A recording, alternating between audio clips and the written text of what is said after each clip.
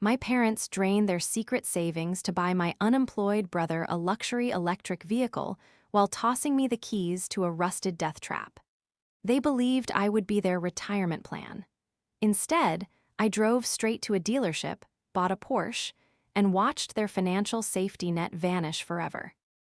Before we begin today's story, we have an urgent announcement. Due to technical issues, this channel is shutting down. But don't worry, the stories continue. Please subscribe to our new channel, Daily Drip Stories. You can find the link in the video description, the pinned comment, and the collaboration tag on this video. Make sure to switch over now so you don't miss out. Thank you for your support. Now back to the story. The metal felt like it was disintegrating in my palm. That was the first thing I noticed, not the weight of the keys, but the gritty, oxidized texture of rust flaking off against my skin. I stared down at them, a single, jagged key on a wire loop with no fob, no remote, just a piece of metal that looked like it had been dredged up from the bottom of a lake. 10 feet away, the late afternoon sun glinted violently off the polished obsidian hood of a brand-new, top-of-the-line Tesla Model S Plaid. It was sleek, silent, and aggressive, a $100,000 machine that screamed status. My brother, Caleb, was leaning against it, his arms crossed over his chest, a smirk playing on his lips that he didn't even try to hide. He looked like he had just won a lottery he hadn't bought a ticket for. "Happy birthday, kiddos," my father, Frank, said, his voice booming with that performative generosity he always adopted when he wanted an audience. He wiped his hands on his jeans, beaming at Caleb, then spared a quick, dismissive glance in my direction. "We wanted to be fair, set you both up for the next chapter of your lives." I looked from the rusted key in my hand to the Tesla, then to the driveway behind Frank where my gift was parked. It was a 2002 beige sedan.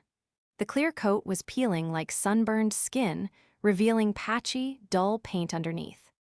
The front bumper was held on by what looked like zip ties and hope, and the car sat unevenly, listing to the left as if the suspension had given up the ghost a decade ago. Fair, the word scraped its way out of my throat. My chest felt tight, a physical pressure clamping down on my lungs. It wasn't jealousy. I didn't want the Tesla. I didn't even like electric cars that much. It was the sheer, unadulterated disparity of it. It was the mathematical proof of how little I mattered. "Now, Amelia, don't start," my mother, Maria, chimed in, stepping off the porch to stand next to Frank. She smoothed her apron, her eyes darting around the neighborhood to make sure none of the neighbors were witnessing anything other than a happy family moment. "Caleb needs a reliable vehicle. He's starting that consulting business. Image is everything in his industry, you know that." "He's 30 years old, Mom," I said, my voice trembling despite my best efforts to keep it steady. "He hasn't held a job for longer than 6 months since he graduated high school, and you bought him a car that costs more than a down payment on a house."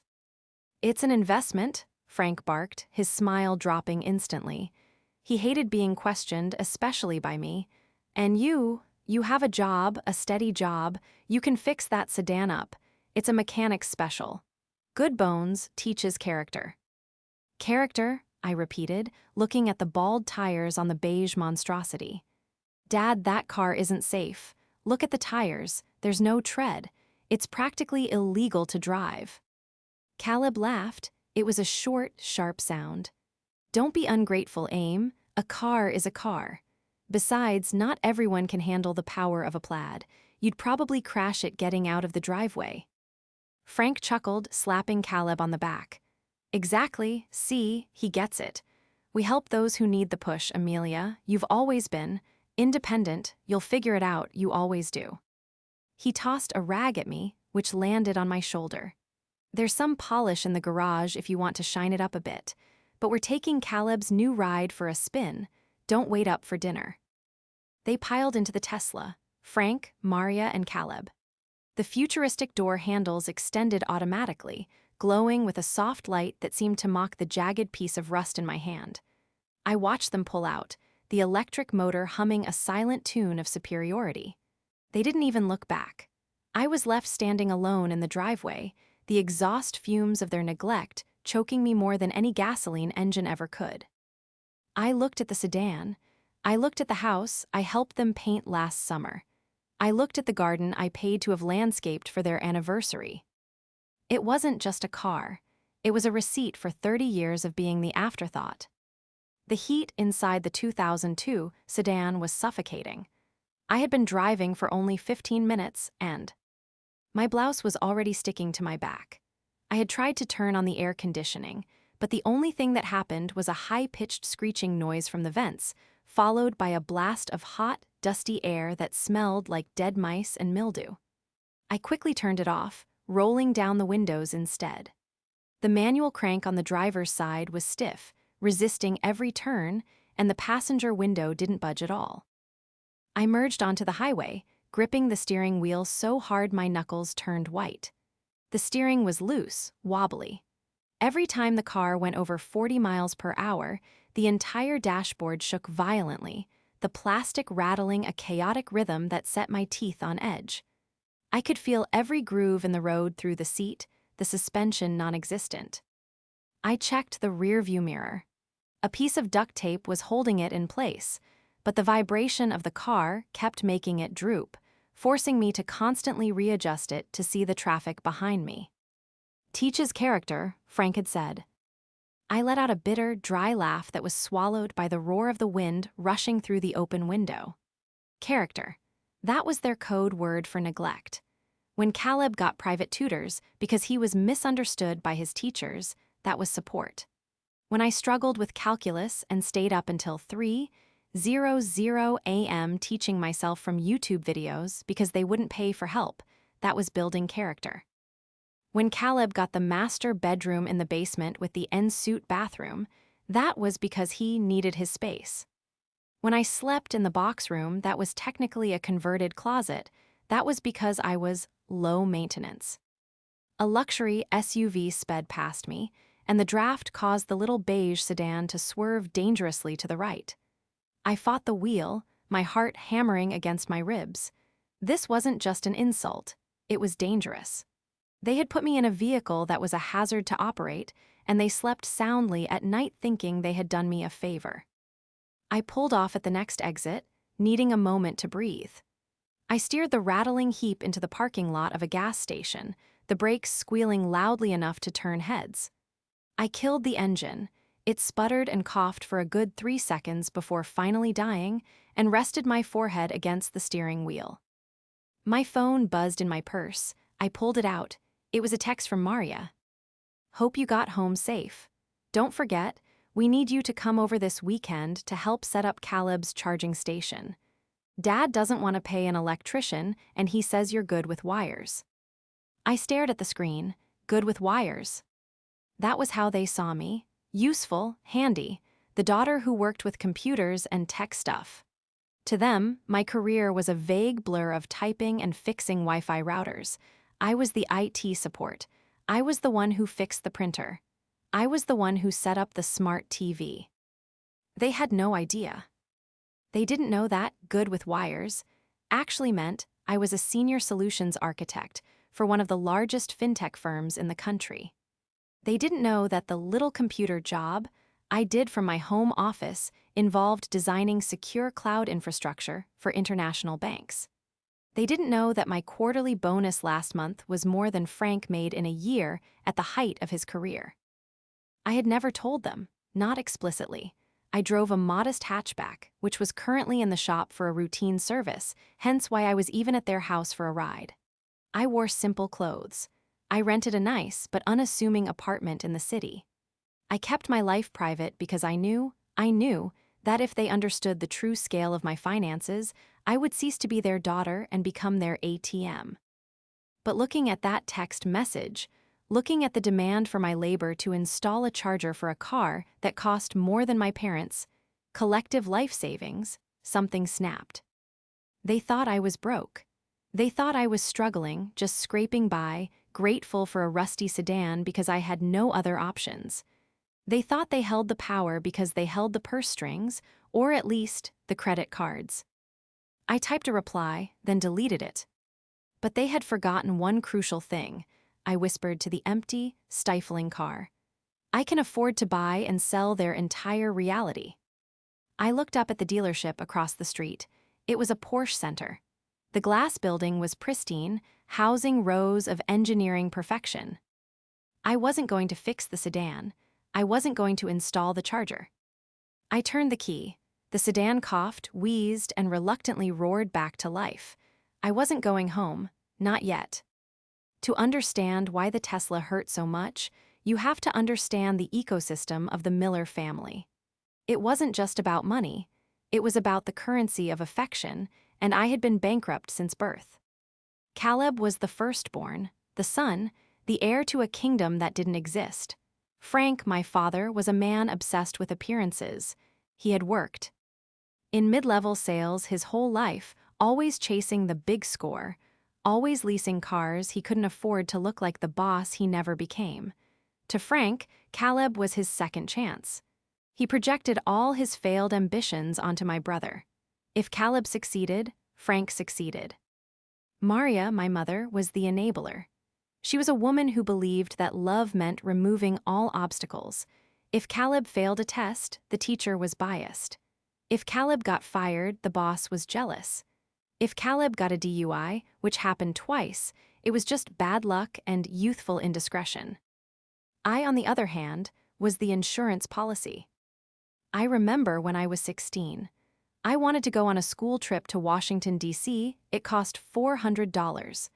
I had saved half from babysitting and asked them to match the other half. Frank had sat me down at the kitchen table, his face stern, and gave me a lecture on fiscal responsibility. "Money doesn't grow on trees, Amelia," he had said, pointing a finger at me. "We have a mortgage, we have bills, you can't just expect handouts." 2 days later, Caleb, who was 18 and had just totaled his first car, came home with a brand new gaming setup that cost $2,000. Frank had laughed while helping him set it up. "Boys gotta unwind," he'd said when he saw me watching from the doorway. That was the dynamic. I worked, I saved, I achieved, and I was ignored. Caleb drifted, crashed, burned, and was rewarded. But this time, it felt different. It felt desperate.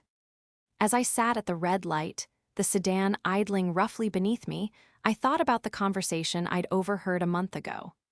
I had been in the kitchen, fixing a leak under their sink, because why pay a plumber when Amelia is visiting? And they were in the living room. "The retirement account is looking thin, Frank," Maria had whispered. Her voice was anxious. "Don't worry about it," Frank had replied, his voice full of that unearned confidence. "Caleb's big break is coming, that crypto thing he's into, and if that doesn't hit, we have Amelia." "She doesn't make that much, does she?" Maria asked.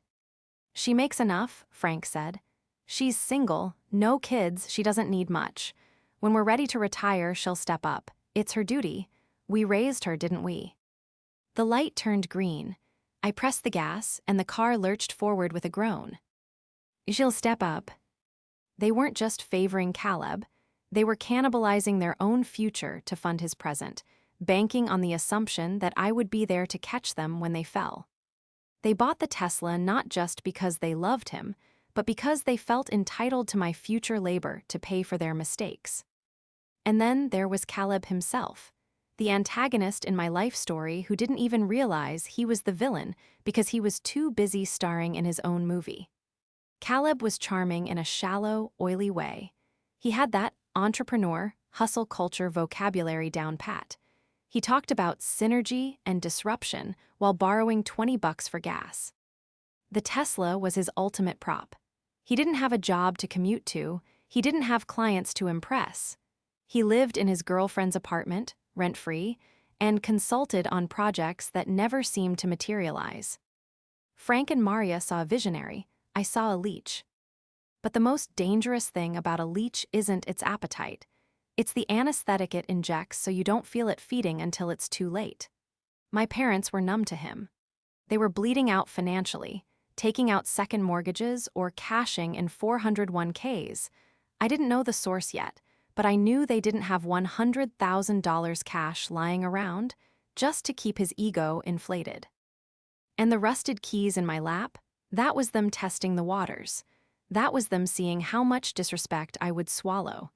If I accepted the death trap with a smile, if I fixed it up and thanked them, they would know they had me.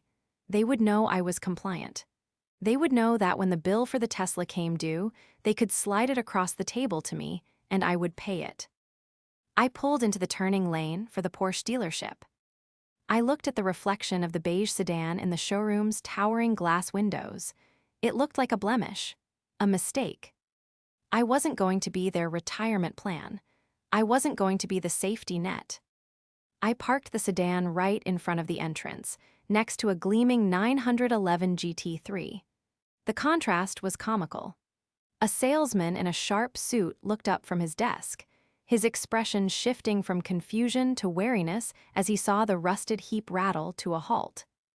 I killed the engine. I grabbed my purse. I opened the door, which shrieked in protest, and stepped out onto the pristine pavement.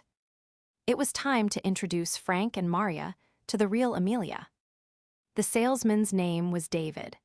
I knew this because his name tag was polished to a shine that rivaled the cars on the floor. When I had first stepped out of the 2002 sedan, leaving a small puddle of rust-colored condensation. On their pristine pavers, David had approached me with the weary, polite mask of someone preparing to give directions to a lost delivery driver. "Can I help you, miss?" he asked, his eyes flicking momentarily to the beige disaster behind me. He stood with his hands clasped, acting as a physical barrier between me and the showroom floor. "Yes," I said, my voice calm, stripping away the tremble that had been there only 20 minutes ago. "I'm interested in the 911 Carrera 4S over there, the gentian blue one." David blinked. He looked at my jeans, which were high-quality denim, but jeans nonetheless, and my simple white t-shirt. He looked back at the sedan. "That's a beautiful vehicle. However, test drives usually require a pre-scheduled appointment and a soft credit check, and we close in an hour." "I don't want a test drive," I said, reaching into my bag and pulling out my wallet. I extracted my card, the heavy, black anodized metal one that usually stayed tucked away in a hidden slot. I held it out. "I want to buy it. Today, right now, assuming you have the title in hand and can process the registration electronically." David's gaze dropped to the card. I saw the moment the recognition hit him. His posture changed instantly, shoulders dropped, smile widened, the barrier stance dissolving into a welcoming usher. "Right this way, ma'am. Can I get you an espresso? Sparkling water." "Sparkling water. Lime," I said, walking past him toward the desk. While David ran around frantically getting paperwork started and ensuring the car was detailed for immediate delivery, I sat in the plush leather chair and opened my laptop. I wasn't just killing time. The drive over had cleared the fog of hurt, replacing it with the cold, hard logic that made me excellent at my job. Frank and Maria didn't have money. I knew this for a fact. Frank had been complaining about market inflation and the cost of groceries for 2 years. So how did they drop 6 figures on a Tesla? I logged into the county clerk's public records database. It was a simple search, really. Anyone could do it if they knew where to look, but my parents were technologically illiterate. They thought the cloud was actual weather. I typed in their address.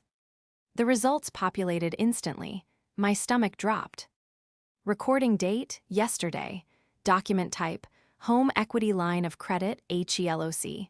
Lender, Apex Predatory Lending and Trust, not the real name, but close enough. Amount, $150,000. Interest rate, variable, starting at 9.5%. I stared at the screen, the numbers blurring slightly. They hadn't used savings. They had leveraged their home, the house they had finally paid off 3 years ago, to buy a toy for Caleb. And not just a standard loan.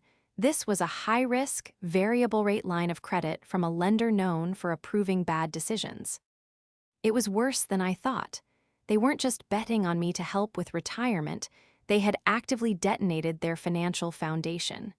They had pulled $150,000 of equity out of the house, $100,000 for the car. Where was the other $50,000? I did another search, court records. Defendant Caleb Miller, Case status, civil judgment outstanding. Amount, $42,000. I closed my eyes and exhaled slowly. Caleb had been sued. A failed business venture? A debt? It didn't matter. They had cashed out their home to pay off his secret debts and buy him a trophy to celebrate it. All set with the preliminary figures, Miss Miller, David said, sliding a sleek tablet across the desk, interrupting my investigation. We're ready for your signature. I looked at the total. It was an exorbitant amount of money, an irresponsible amount for anyone who didn't have my portfolio. But I wasn't buying a car anymore. I was buying a weapon. I was buying a visible, undeniable declaration of independence. I signed. What about the trade-in? David asked delicately, gesturing vaguely toward the window where the beige sedan sat like a wart on the landscape. Scrap it, I said without looking up. Or donate it to a demolition derby. I don't care, just get it out of my sight. The drive back to my parents' house was a sensory experience that bordered on spiritual. The Porsche didn't rattle. It didn't wheeze. It hummed with a predatory grace, the road noise dampened to a whisper, the leather seat hugging me in a way that felt like armor. The air conditioning was crisp and immediate, chilling the sweat that had dried on my back. I had left the house an hour ago as the scapegoat daughter in a death trap. I was returning as a stranger they had never bothered to meet. I turned onto their street. It was a quiet suburban cul-de-sac, lined with modest homes and manicured lawns. As I approached their driveway, I saw them. They were still outside. Of course they were. The Tesla was the new altar, and they were the worshippers. Frank was wiping down the hood with a microfiber cloth, something he had never done for any of my cars. Caleb was sitting. In the driver's seat, the door open, fiddling with the massive touchscreen dashboard. Maria was standing by the flower bed, holding a glass of iced tea, looking on with a beatific smile. I didn't pull into the street parking. I pulled right into the driveway, blocking the Tesla in. The engine note of the 911 was distinct, a low, throaty growl that demanded attention. As I rolled up, Frank looked up, his brow furrowed in annoyance at the intrusion. He squinted against the sun, not recognizing the car. I saw the confusion on his face. Who is this? A neighbor? A lost rich person? I put the car in park and killed the engine. The silence that followed was heavy. I opened the door and stepped out, my sunglasses shielding my eyes, my purse slung over my shoulder. Amelia, Frank's voice was high, incredulous. He took a step forward, the microfiber cloth dangling from his hand. What? Whose car is this? Caleb popped his head out of the Tesla. His jaw actually dropped. Whoa, is that a 911 4S? Who are you with? I'm not with anyone, I said, leaning against the doorframe of my new car. I crossed my arms. I'm with me. Maria hurried over, looking nervous. Did you rent this? Amelia, that's so expensive. We told you to be careful with your money. You can't afford to rent a car like this just to show off. It's not a rental, Mom, I said calmly. Then whose is it? Frank demanded, walking up to the car and peering into the window, as if looking for the real owner hiding in the backseat. Did a boyfriend lend it to you? Is this your boss's car? It's mine, I said. I held up the key fob sleek, shaped like the silhouette of the car itself. I bought it. Frank froze. He looked at the car, then at me, then back at the car. He laughed, but it was a nervous, stuttering sound. Don't be ridiculous. This is a $150,000 vehicle. You work in. You do computer support. You can't buy this. I'm a senior solutions architect, Dad. I build cloud infrastructure for global banking systems. I corrected him, my voice sharp. And yes, I bought it. Cash, paid in full about 20 minutes ago. Caleb scrambled out of the Tesla. The smirk was gone, replaced by a look of greedy fascination mixed with shock. He walked around the Porsche, running his hand along the spoiler. Cash? You have that kind of cash. Get your hands off it, Caleb, I snapped. He recoiled as if I'd slapped him. Geez, touchy, I'm just looking. So, wait, if you have this kind of money, Why are you driving that piece of junk Dad gave you? I'm not, I said. I left it at the dealership. I told them to crush it. Frank's face turned a mottled shade of red. You what? That was a perfectly good car. I put new oil in that car. That was a gift. It was an insult, Dad, I said, stepping away from the car so I could look them all in the eye. It was a death trap with bald tires and no AC. You gave Caleb a Tesla and you gave me a ticket to the emergency room. But don't worry, I solved the problem. You have this kind of money? Maria whispered, her hands covering her mouth. Her eyes were wide, but I didn't see pride there. I saw calculation. I saw mental math happening in real time. Yes, I said, I do. Well, Frank said, puffing out his chest, trying to regain the dominance he felt slipping away. If you have so much money that you can throw it away on a toy like this, then I expect you to reimburse us for the Tesla, since you're doing so well. The silence that followed Frank's demand was louder than the Porsche's engine had been. The audacity of it hung in the humid air between us.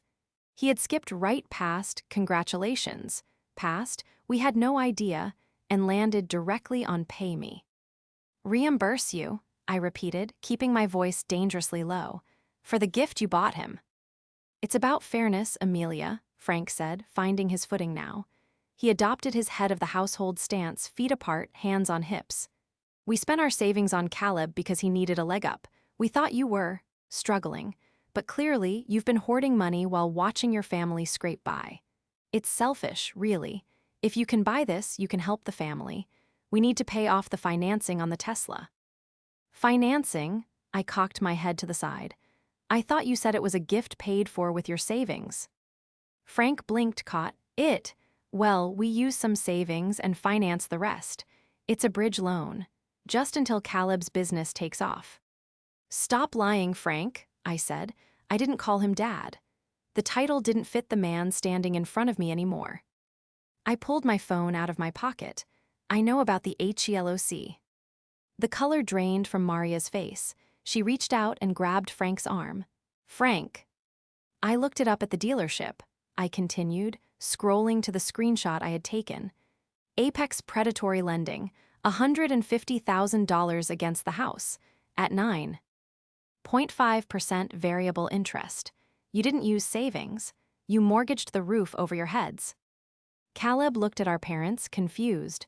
Wait, what? You said you cashed out stocks. You said the house was clear. Shut up, Caleb, Frank hissed at him, then turned his fury on me.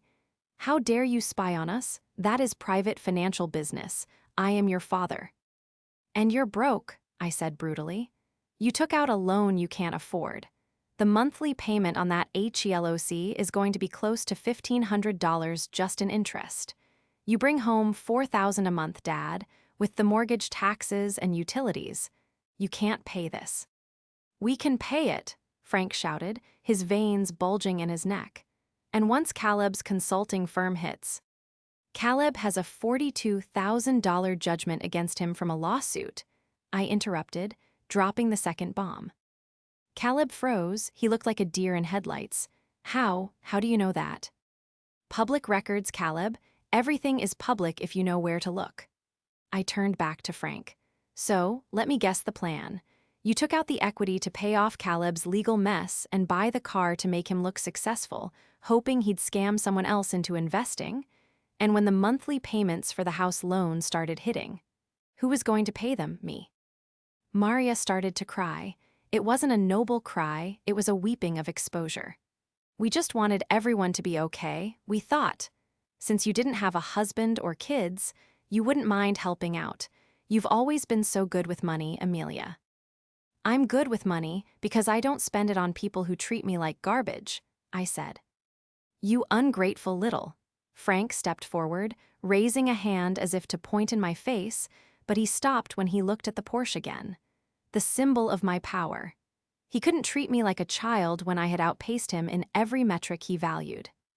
You can't drive that here, Caleb said suddenly, his voice petulant. He walked over to the Porsche. It looks ridiculous. You don't even know how to drive a car like this. Let me take it for a spin. I'll tell you if you got ripped off. He reached for the door handle. Touch that car, I said, my voice dropping to a whisper that carried more threat than a scream, and I will have it towed to the impound lot and report it stolen. And given your record, Caleb, I don't think you want the police involved. Caleb snatched his hand back. You are tearing this family apart, Frank yelled. Over a car, over money, after everything we've done for you. You haven't done anything for me, Dad, I said. You gave me a rusty key and expected me to say thank you. You mortgaged your future for a son who lies to you, and you plan to stick me with the bill. Well, the bank is closed. You're not leaving, Frank said, moving to block the driveway, standing in front of my car. We need to discuss this. We need to figure out a payment plan for the house loan. You are part of this family, and you will contribute. I am not part of this debt, I said, getting back into the driver's seat, and I'm not paying a cent. I started the engine. The roar was loud, authoritative. Frank flinched, but he didn't move. He stood there, his face red, his fists clenched, banking on 30 years of intimidation to keep me in place. But I wasn't 16 anymore, and I wasn't driving a car that stalled. I put it in reverse. Move, Frank, I said through the open window. Or don't, but I'm leaving. He stared at me, searching for the hesitation that used to be there. He didn't find it. He saw only the cold reflection of his own failures. He stepped aside. As I backed out, leaving them standing in the driveway, Maria sobbing, Caleb sulking, and Frank staring at the pavement, I knew this wasn't over. The reality hadn't fully hit them yet. They still thought they could guilt me back. They didn't realize that by showing me the rusted sedan, they had shown me exactly what I was worth to them. And now that they knew what I was worth to the world, the real desperation was about to set in. The summons came 3 days later. It wasn't a text or a phone call. It was a formal invitation sent via group email to the entire extended family: aunts, uncles, cousins, and even a few neighbors. Subject: a celebration of new beginnings. Join Frank, Maria, and Caleb for a barbecue to celebrate Caleb's new venture and the Miller family's bright future. Sunday, 2 p.m. I stared at the screen of my laptop in my high-rise apartment, sipping coffee that tasted like victory. They were doubling down.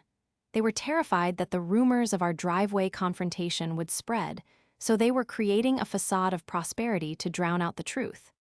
They needed witnesses to their success, so that if I refused to pay their debts, I would look like the bitter, jealous sister ruining their happiness. I wasn't going to go. My finger hovered over the delete button, but then I saw the reply, all from my Aunt Linda, the family gossip. So proud of Caleb. Can't wait to see the new car everyone is talking about. Is Amelia coming? Maria had replied, of course, she wouldn't miss her brother's big moment. They were using me as a prop again.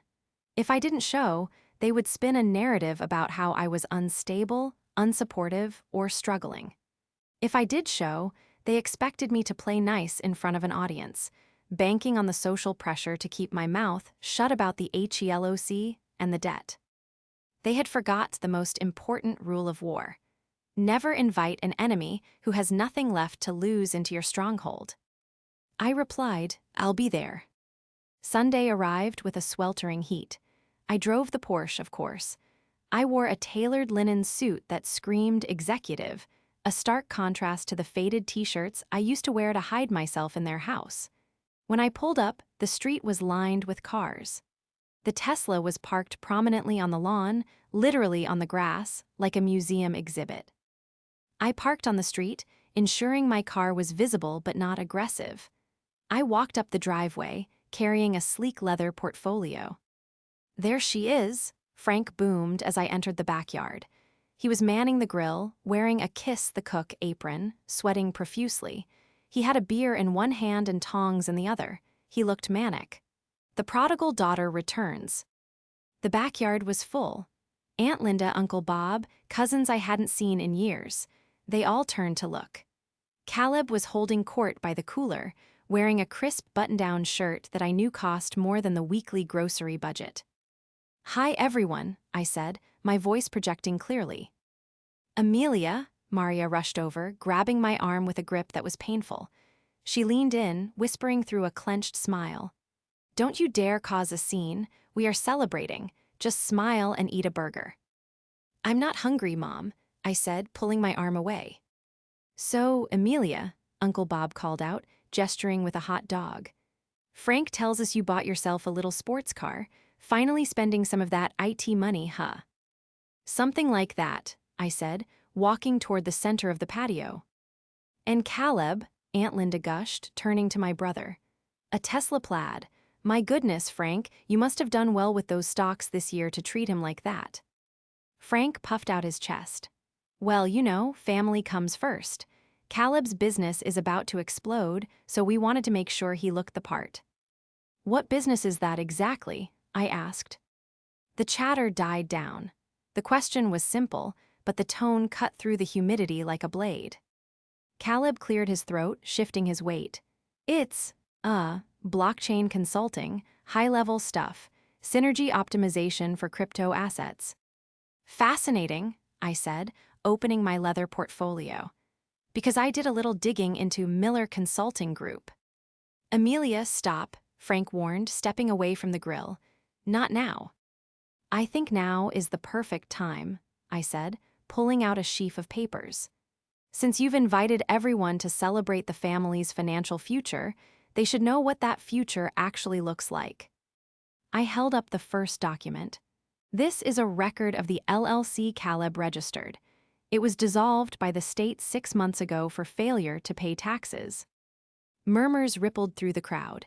Caleb's face went pale. That was a filing error. My accountant messed up. You don't have an accountant, Caleb, I said calmly. I pulled out the next paper. And this is the lawsuit judgment I mentioned. $42,000 owed to a landlord for a commercial space you rented and never used, but threw parties in until you were evicted. That's a lie, Caleb shouted, his voice cracking. She's lying. She's just jealous because Dad bought me the Tesla. Let's talk about the Tesla, I said, turning to Aunt Linda. Dad told you he bought it with stock earnings, right? That's what he said, Linda murmured, looking between Frank and me. This, I said, holding up the deed of trust document, is the public filing for a home equity line of credit taken out on this house 4 days ago for $150,000 at 9% interest. The silence was absolute. The only sound was the sizzling of burgers burning on the unattended grill. Frank, Uncle Bob said, his voice grave, you mortgaged the house. You told me you were debt-free. It's an investment, Frank yelled, throwing the tongs down. Amelia, get out. You are trying to humiliate us. I'm trying to save you, I snapped, losing my cool composure for the first time. I turned to my mother. Mom, look at these numbers. Do you know what happens when you can't make the payments? The bank takes the house. This house, where you live. And Caleb, he can't pay it. He has no income. He has no business. He is drowning in debt, and he just dragged you down with him. Maria looked at the papers in my hand, then at Caleb. Caleb, you said the investors were waiting on the car. You said the money was coming next week. Caleb looked cornered. He looked at the Tesla, then at his feet. It is coming. I just need more time. Amelia doesn't understand how business works. I understand math, I said, and the math says you are bankrupt. I turned to the crowd, to the family that had watched me be the scapegoat for decades. My parents tried to give me a broken car to keep me in my place while they bankrupt themselves for a lie. I'm done. I'm not bailing them out. So if anyone here wants to lend Frank money to pay his mortgage next month, get your checkbooks ready, because the bank is coming. Amelia, Frank lunged toward me, his face purple with rage. Uncle Bob stepped in front of him, holding him back. Frank, settle down, Bob said, his voice stern. She's showing you the papers, Frank. Is it true? Frank stopped, panting, looking around at the circle of judging faces. He looked at the Tesla, which suddenly looked less like a trophy and more like a tombstone. He slumped, the fight draining out of him. We wanted him to have a chance, Frank whispered. You gave him a chance, I said, closing my portfolio. You gave him every chance, and he sold you out. I looked at Caleb. He wasn't looking at our parents. He was looking at his phone, probably trying to figure out if he could sell the car before the bank froze the assets. "Happy launch party," I said. I turned and walked back down the driveway. Behind me, I heard Maria start to sob, a deep, guttural sound of realization. I heard Frank arguing with Bob. I heard the house of cards collapsing. I got into my Porsche, the engine roaring to life, and drove away. I didn't look in the rearview mirror. I didn't need to. I knew exactly what I was leaving behind. The fallout was swift and brutal, exactly as the math had predicted. Within a week, the Miller family future had disintegrated. My public exposure at the barbecue had shattered the illusion Frank and Maria had been clinging to. Uncle Bob, who was a CPA, had sat them down that very afternoon and gone through their finances. He called me later that night, his voice subdued. "It's worse than you thought, Amelia," he had said. "They didn't just take the HELOC. They have credit card debt. They've been funding Caleb's lifestyle for years on high-interest plastic. They are insolvent." I felt a pang of sadness, but it was distant, like reading about a tragedy in a newspaper. "I know, Uncle Bob, but I can't fix it. I won't." "I know," he said. "I told them that. I told them they have to sell the Tesla immediately." They tried. Oh, they tried. But because they had rolled the negative equity from Caleb's previous vehicle, a truck he had gotten bored of, into the Tesla loan, they were underwater. Selling the car wouldn't even cover the loan balance. The Tesla was repossessed 3 weeks later. A tow truck came in the middle of the day, dragging the electric beast off the lawn while the neighbors watched. It was the ultimate humiliation for Frank. Caleb didn't stick around to see it. Once the money tap turned off, he vanished. He moved in with a friend in another state, leaving behind a text message blaming our parents for not believing in his vision and me for sabotaging his success. He took no responsibility. He never would. But at least he was gone, and he could no longer bleed them dry. 2 months after the barbecue, I received a call from Maria. I was in my home office, reviewing blueprints for a new data center in Zurich. I let it ring 3 times before answering. "Hello." Amelia, her voice was small, frail. It sounded like she had aged 10 years. "Hi, I didn't know if you would answer." "I'm here, Mom," I said, keeping my voice neutral. "We sold the house," she said. The words came out in a rush, followed by a jagged breath. "The bank accepted a short sale to cover the HELOC. We have to be out by the 1st of the month." "I see," I said. I felt the weight of that. The house I grew up in. The house where I had hidden in the closet to study. The house where I was ignored. "Where will you go?" "We found a small apartment," she said. "A 1-bedroom. It's in a rougher part of town, but it's what we can afford on your father's pension. Bob helped us budget." There was a long silence. "Amelia," she said, and I could hear the tears in her voice. "I went into your old room to pack. I found your old report cards, the ones you used to try to show us. I found the drawings you made." I closed my eyes. "Mom, don't." "We were so wrong," she sobbed. "We were so blind. We spent our lives watering a weed and ignored the flower. You were right. You were right about everything. That rusted car? God, Amelia, I am so sorry. I am so sorry we didn't see you." It wasn't a fix. It didn't undo 30 years of neglect. It didn't give me back my childhood. But it was the tea. Ruth, and for the first time in my life, the apology wasn't followed by a request for money. "Thank you for saying that," I said softly. Will you ever come visit us?" she asked. "In the apartment? I promise, no Caleb, just us. I want to get to know my daughter, the architect." I looked out the window at the city skyline, at the life I had built with my own 2 hands. I had justice. I had vindication. And now I had the one thing I had stopped hoping for, acknowledgement. "Maybe," I said. "Give me some time, but maybe." "Okay," she whispered. "Okay, we love you, Amelia. We really do." "Goodbye, Mom." I hung up. I sat there for a long time in the silence of my beautiful, paid-off apartment. I wasn't going to rush back. I wasn't going to save them from the consequences of their actions. They had to live in that small apartment. They had to drive a used car. They had to learn the lessons they had tried to force on me.